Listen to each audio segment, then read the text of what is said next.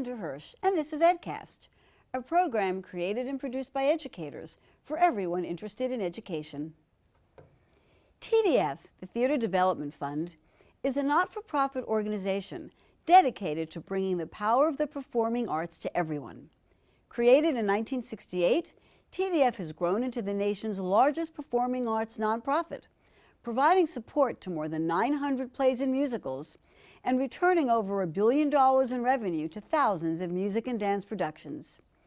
You may be familiar with TDF through its TKTS booth in Times Square, but there is far more to TDF. Educating a new generation of theater goers is central to its mission. TDF offers a variety of programs that work with schools and allow students throughout the city to share in the theater experience, all at no cost to them. Today on EdCast, we will look at some of TDF's education programs that not only introduce students to theater, but also allow them to experience firsthand the power of the arts in shaping our understanding of human experience. Now on EdCast.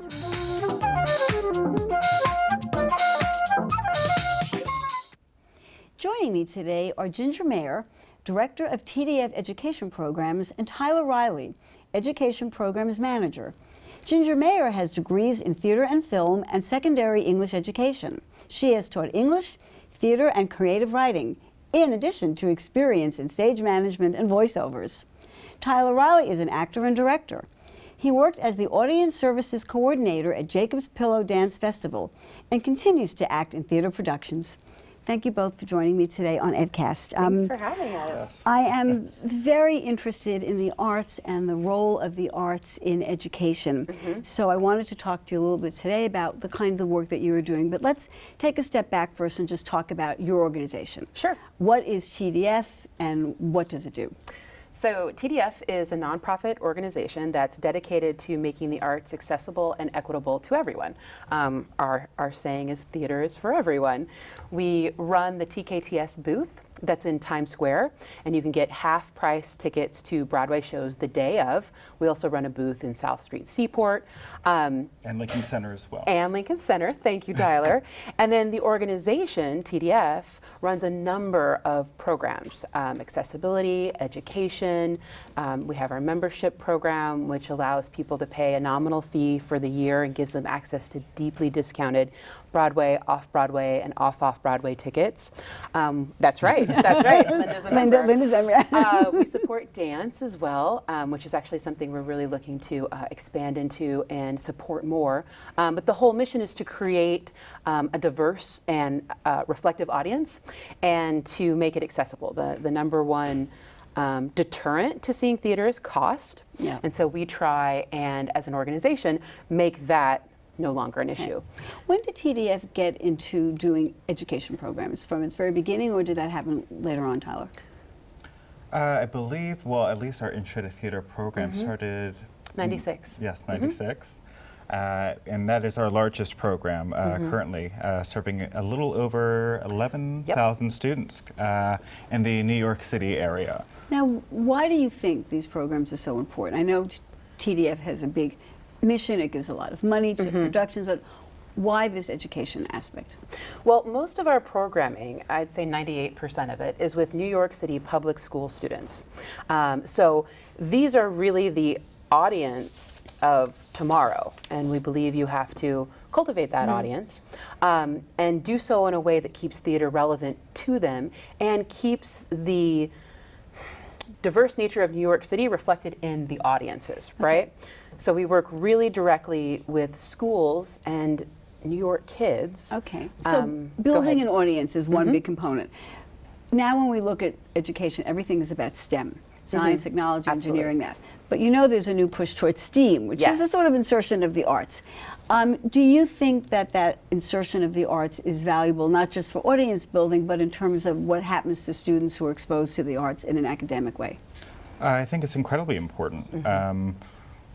We have an education system as it stands right now that is so focused on testing and thinking a certain way. Art is a way to kind of access that creative part of your brain. I believe, is it right or left? Right or left brain? The creative part. For lack of a better term. So it helps to have students think critically and think critically in how it relates to the arts that they're learning about in their schools and the arts that they see out in the world on their own. And you know, the arts aren't separate from those STEM subjects. So a number of teachers that we work with are not theater teachers. They're humanities teachers. We work with some math teachers. A lot of what arts and education is taking something and accessing it from a different entry point, right? So you're accessing multiple intelligences of students. You're giving them different ways to express themselves. So if you're working on a first-person monologue, exploring a character from a play, this is completely accessible to your history textbook as well, right? So it allows students to just think a little differently. It helps them think out of a box, helps them think out of institutionalized modes of learning, and it's fun. I mean, I think learning of any kind is most potent when you're having a good time, right? There was a recent study out of Texas, I believe, a 2019 study, that said that students who were exposed to the arts did better in terms of their writing, and also they were more compassionate. Yes. And I know we always talk about fiction as creating empathy. What is your view on how theater plays into that? When we're really at a loss for how to teach a show or access a show, we always go back to the same idea. Where do you see yourself on stage? What is your personal relevance to this piece of art? And that's really where the beginning of empathy is for anything. We actually had a really amazing experience. So the day after the election, we work with a number of international schools. So we work with a lot of immigrant students. And the day after the election, we took a full house of kids to see On Your Feet, the Gloria Estefan musical, which is a blast. It's a blast. But there are some really potent lines in there about being an immigrant, being an American, what that means. And we sat up in the balcony with about 500 kids who were from international schools. And we got so many notes afterwards from teachers saying this was so important today, and this was so meaningful today. So that's sort of a small example of how that empathy is developed, but also how you can see yourself in the worlds we create. So let's go now and take a specific look at some of the various programs that you offer. The first one, I know what you said is your largest one, is Introduction to Theater. So let's talk a little bit about that. What's the aim of that one and who participates? We have, this is probably our biggest encompassing as far as grade level as well, because we deal with middle school through high school in this particular program. And we have students from almost every borough, if not all boroughs. Every borough and New Jersey. And, yes. Including Staten Island? They always Including Staten Island. Okay, good. Yes. All right, yeah. Yes. So it's wide-reaching as far as geographically as well as the grades. And the aim of it is to really just cultivate what it means to experience theater and how it relates to what you're currently learning in your school. So what do participants do in this program? Sure. So they go and see a live piece of theater, first and foremost. Everything is built around that. Okay. And since this is our biggest program, it's usually a Broadway show, because we'll buy out whole houses of shows. But we don't think it's enough to just give them a free ticket. So we contextualize the entire experience in classroom residencies. So they get teaching artists who go in and partner with their teachers. They go in 4 times, and the teacher does 4 workshops as well. So they're getting 8. So there's PD for the teachers as well. Okay. Exactly. So they're getting 8 workshops around a show, an appreciation of a show. Some shows require a lot of preparation, right? Some of the more historically like what show comes heavy to shows. mind? You know what? When we did Scottsboro Boys, we spent okay. a lot of time getting students ready for that, because you need to understand the complete historical context, right? And it's very specific. Whereas something like The Lion King is a very accessible piece of theater, so we might spend a little more time after the show creating something in response to that. And we work in the classrooms with the teachers. Everything's tailor-made, because we're working across such a wide spectrum of diversity and need. So the teaching artists go in and really address the teachers and what they want to do in their classroom and how they can use that show to crack open something. So what might they do with, let's say, the Scottsboro Boys? Sure. Oh gosh, that was a while ago. Well, anything that comes to mind. No, absolutely. We did a lot. I mean, that was such an intense show. So we had to do a lot of teaching about what the Chitlin circuit was. We had to talk about blackface and what it meant. So you gave a lot of context. You have to. And what did the kids do before they went to see the play? Did they perform anything Yeah, so a lot of times with something like that, they'll do tableaus in their classroom where they're examining an idea or creating an image around a really big idea. They wrote monologues from the perspective of characters that were in the show.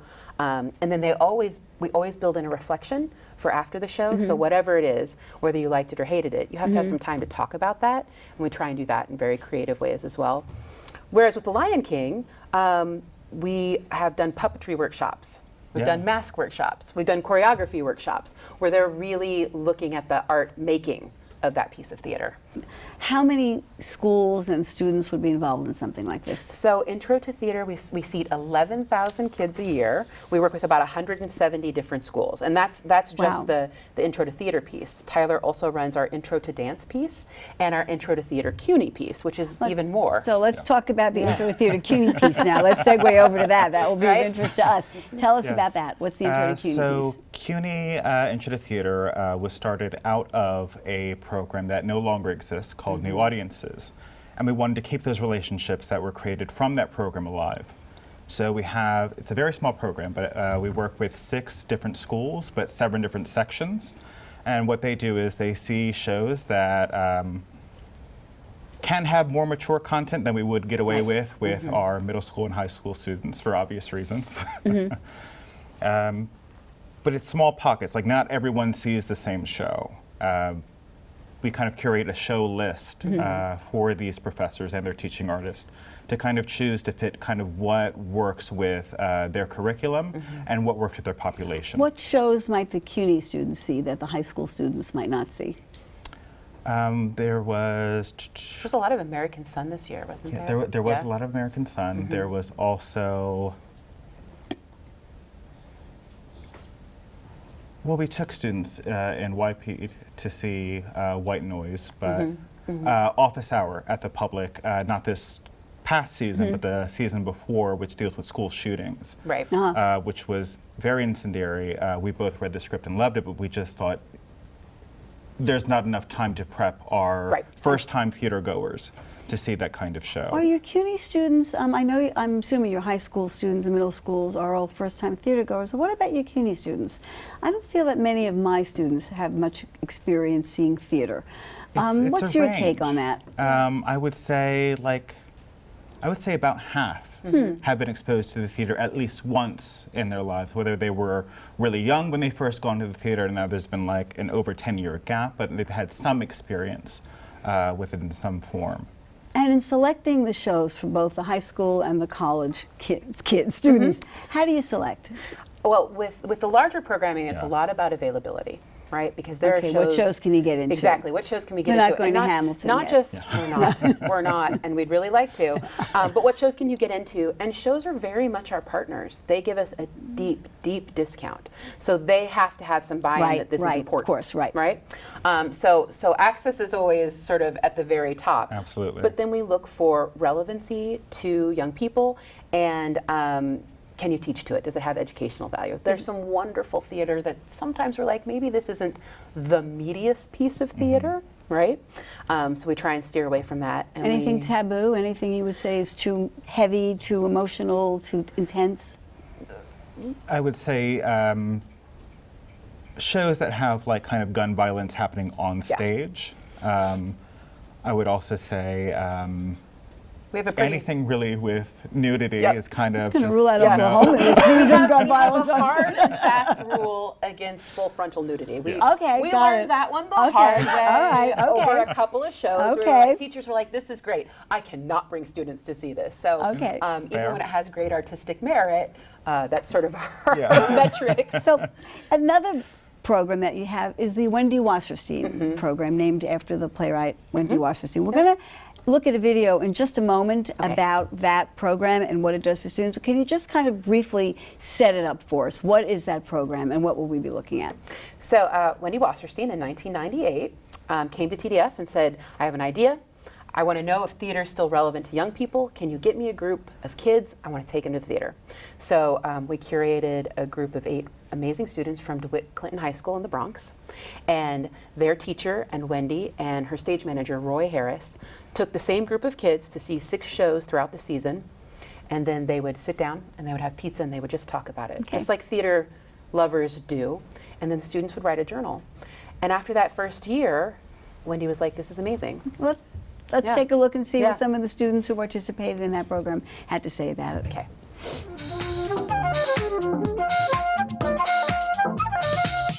The one that I don't know fast. Congratulations. You right? I'm not. To have this whole experience is just really exciting for me. I get to experience something that I love, which is theater, and for me to get 2 tickets for 4 years means that I get to continue to experience theater and to introduce my love of theater to someone else for the next 4 years. It's an amazing opportunity for the kids, but also as a teacher to see them thriving in that environment. I've been able to see plays, musicals, and it's really fun to have that experience and to share it with my friends and the people I care for too. Personally, I love the discussions. Every time after the show, we meet up, there's 8 of us, and we just sit down and we talk about the play. It was amazing. Yeah. Made all my dreams come true. The moral of the story is acceptance. You learn how to be in a setting and to relate to people, share your views on the plays that you've seen. You get to just be pumped about what you love.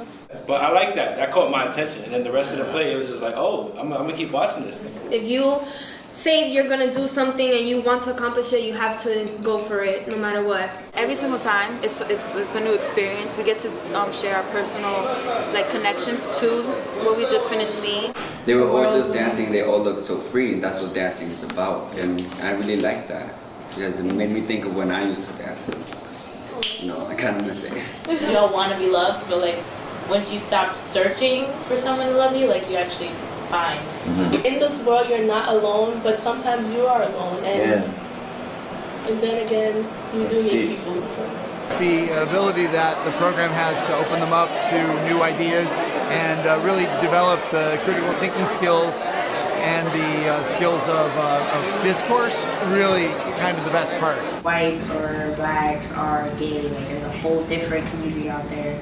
And it's like, wow, they just came together. I was focused on her character because I was like, wow, how could she be happy? Because she seemed happy. But, and then she lacked different qualities that Tony had. And the way the character developed and changed. But was she all bad either? Because she had good things, she had good intentions.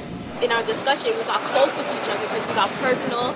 It brought out some feelings and just, I don't know, this show brought us together. I cried when she had that moment with Glinda at the end, when they were like talking about how they've never had, they've learned a lot from each other. The most important person to her was her father. I am gonna cry. Don't cry. The fact that they are given these opportunities to see live Broadway and have these conversations with professionals means that someone thinks that they're worth it. And that's pretty amazing for them and for me to see. It's interesting, I think, for us to share our personal stories and connect with each other and feed off of what we're saying. And that's something that we don't do on a daily basis. And I feel like I personally need to do that to just make it through the day. It's a little break from my everyday life.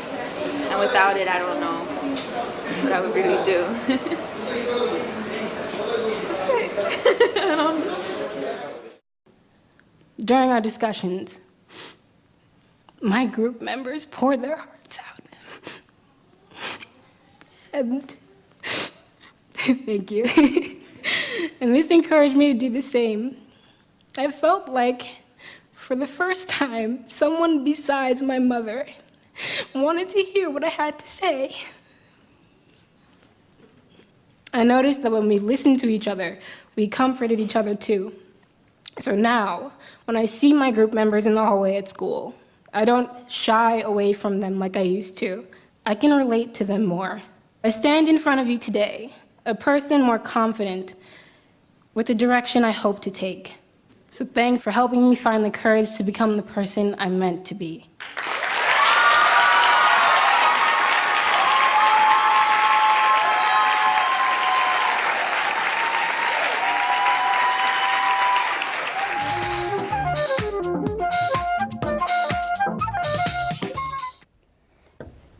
those are some very powerful voices of students who are talking about what this meant to them.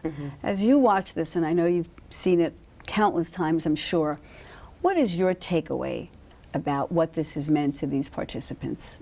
Tyler, what do you feel? Voices are being heard. Anytime, especially at that age, you just want to feel like what you have to say, what your voice, like that your voice has merit. And it's a really weird time in your life. You're about to go off to college or to trade school.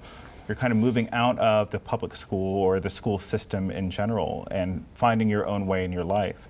And having 90 minutes after a show to kind of explore that and talk about things out loud, sorry, with a mentor, your teacher, and your peers, I think is incredibly valuable and something that I think a lot of students and adults kind of wish we had at that time. And now I saw the list of professional participants. You want to tell us a little bit about who some mentors have been and... Sure.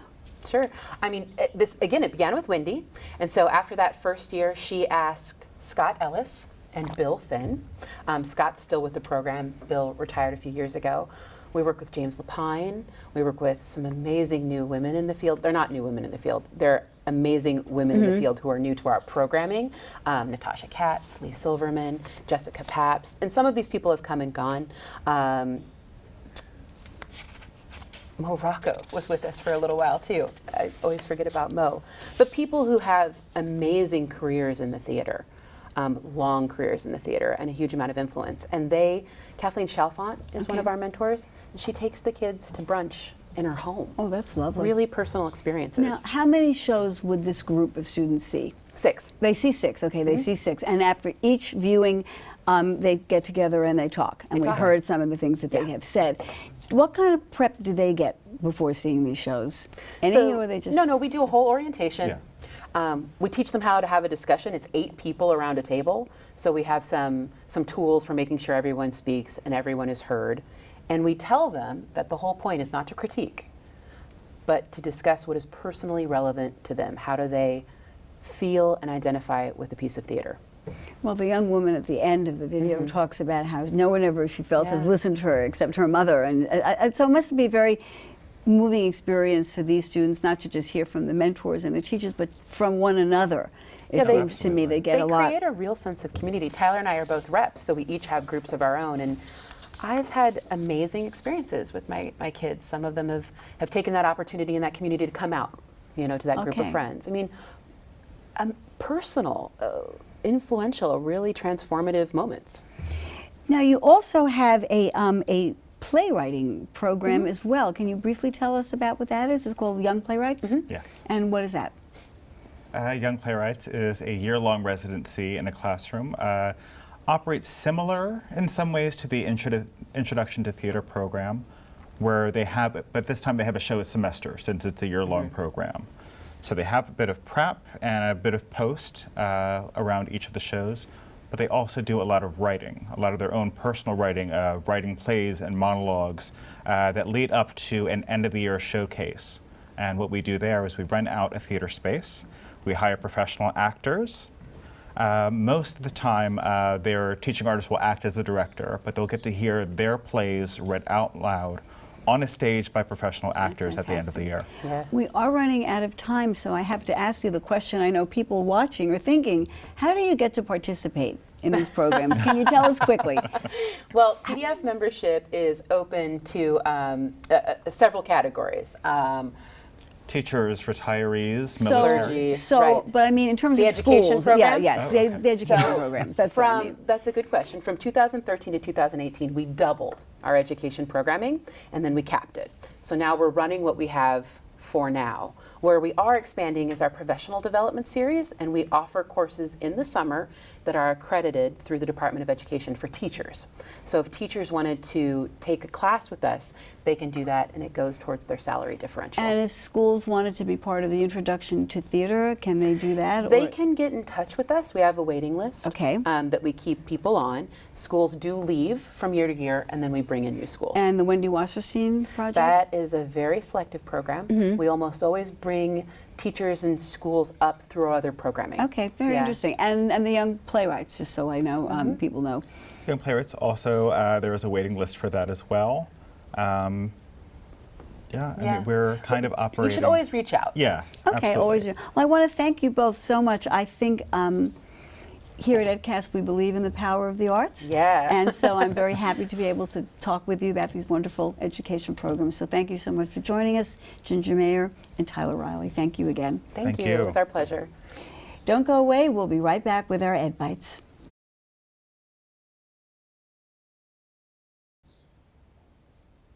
Welcome back to this edition of EdBytes. It's the time of year when some children are preparing for kindergarten. But what is the best age to start? Should a child already be 5 or even 6 years old in September? A study from the National Bureau of Economic Affairs indicates that children who begin school at an older age do better academically throughout their academic careers. They're more likely to attend college and graduate from prestigious institutions. Based on this report, NPR points out that holding children back a grade doesn't necessarily hold them back. Faculty diversity is a persistent problem. Less than 6% of full-time faculty across the country are black. A major cause is the low numbers of black doctoral degree recipients, especially in the STEM areas. In 2017, not a single black student earned a doctoral degree in STEM fields, such as science, technology, engineering, and math. Educators point to biases black applicants face in getting into PhD programs, the expenses incurred in pursuing the degree, and the negative experiences they often face once they've been accepted. While the humanities are suffering enrollment declines, their importance is being increasingly recognized by those in STEM fields. More high schools and colleges are integrating the liberal arts into STEM subjects, so that students acquire not just scientific knowledge, but also the oral and written communication skills, problem-solving abilities, and foundation of knowledge acquired through the liberal arts. Studies indicate that students who think that intelligence can be developed rather than being fixed do better academically. Educators and scientists now believe that teaching students about neuroscience, specifically the brain's neuroplasticity, can help them develop a growth rather than fixed mindset. The results were particularly impressive with students susceptible to a fixed mindset, such as stereotype minority students. For example, learning that skills can be developed helped these students do better in math. That's it for this edition of EdCast. Join us next time for more conversation about education. We'd like to hear from you. Please send your thoughts and comments to CUNYEdcast@gmail.com.